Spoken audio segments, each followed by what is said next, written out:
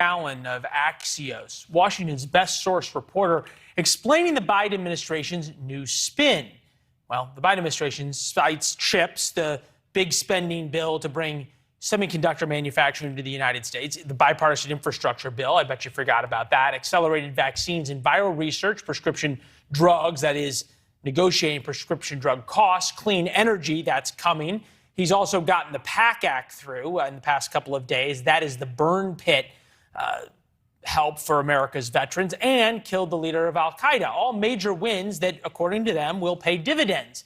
Comes as President Biden is getting the slightest bounce off the new low of 38% in the approval ratings. But yet 75% of Democratic voters want someone other than Mr. Biden to run in 2024. We are Reagan, a top Biden confidant told me, meaning Mike. We had a big plan. We are getting it in place. They point to dismal numbers for Reagan in 1982. That's from Mike's note. But think about that. Washington's best sourced reporter, and the best he can get is an anonymous confidant. In other words, we are doing so well. Things are so amazing. I can only talk about them anonymously. Literally.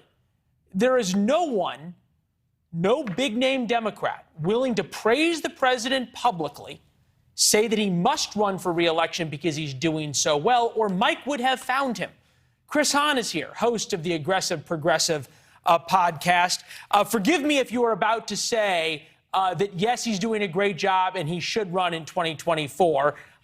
It will qualify you as the first big-name Democrat to do so.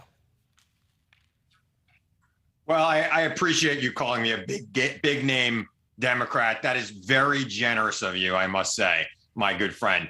But look, if he was 65 years old, there wouldn't be anybody in this country that was saying he shouldn't run again in 2 years.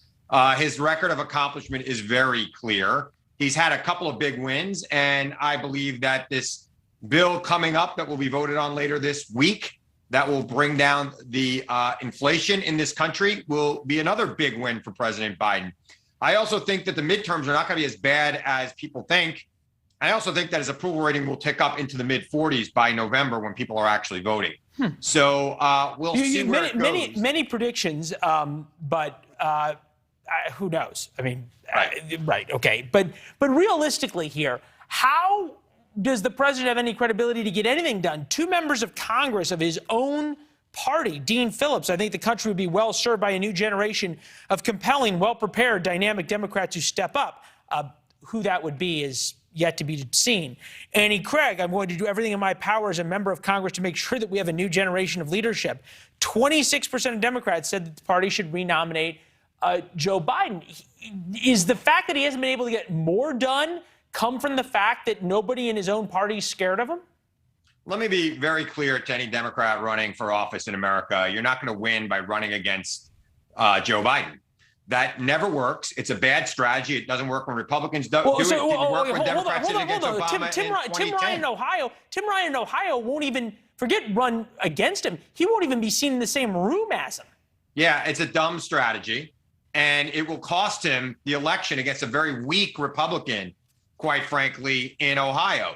You know, people assume that Tim Ryan, the Democrat, will work with Joe Biden, the Democrat.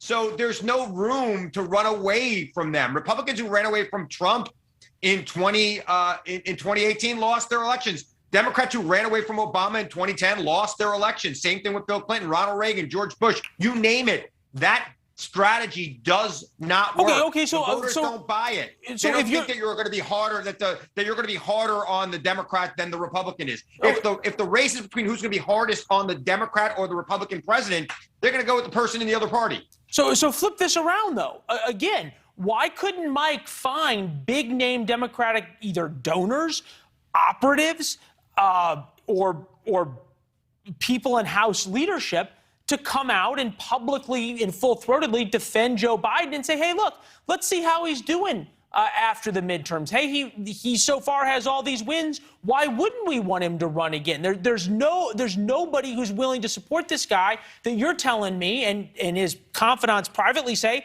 has had so many wins. I think that he should have worked a little harder. I hate to be critical of Axios. I read it regularly. But I do think there are people who would say if he decides to run, they're going to be with him 100%. And I think if he does decide to run, he will be the nominee, and he will be the nominee easily. There won't be any serious contender challenging Joe Biden if he chooses to run. That said, the election is way off. I don't think he has to make that decision until at least February of next year. So we'll see where we are then. We'll see how the economy's doing. We'll see how his health is doing. We'll see how the country's doing. And we'll see where we go. But I think Joe Biden, if he stands for re-election, will get reelected. Mark the tape. I would be interested. You'd be interested to poll that right now. If he ran, would he get reelected? That said, what I think is interesting, you say he's going to be up in the mid-40s. You might be right, you might not, but you run through that list of accomplishments, and it's real. We pitched this segment today saying that he's not getting the credit that he deserves. Gas prices are down. Sure, they're not down to the point where they were last year, on and on and on. But they're wins politically, and yet the American people don't seem to care in the poll numbers. Is that because of where the economy is right now? How worried should Democrats be that all of a sudden, we don't have last year, which we need to on that graphic, or when he took office, but is it possible it's because Democrats are at the point where they're worried that the feeling about the economy is already really baked in to Americans' political minds? They are worried that the economy is baked into the people's mind. Well, it's at least baked in right now in the questions asked by pollsters. Remember, they're snapshots in time. Ask me again in mid-October. If gas prices are down around $3.50 a gallon, I wouldn't I wouldn't be measuring curtains in the majority leader's office. I was Mitch McConnell. I think my boss, Chuck Schumer, will remain in it. The House is probably going to go to Republican because of gerrymandering around this country, but it's not going to be as big a victory as they think. And that could spell trouble for Kevin McCarthy, who's got an unruly caucus to begin with, and several members who are very disappointed with him that are going to be coming back. Yeah, so if McCarthy even ends up being the I don't think. By the way, save this tape, Leland. He will not be the speaker, no matter which party is in power. Save that tape. That's one worth saving. Nate Silver, 58% chance Dems will keep the Senate. That is a number worth paying attention to. It's one you've been talking about actually now for the past 6 months. Chris, good to have you, and I'm always generous to friends. You know that. We'll see you soon. You are. Thanks, man. Thank you. Thanks for watching. Go to newsnationnow.com to find NewsNation on your television provider. And don't forget to subscribe. Click the red button to get more of NewsNation's fact-driven, unbiased coverage.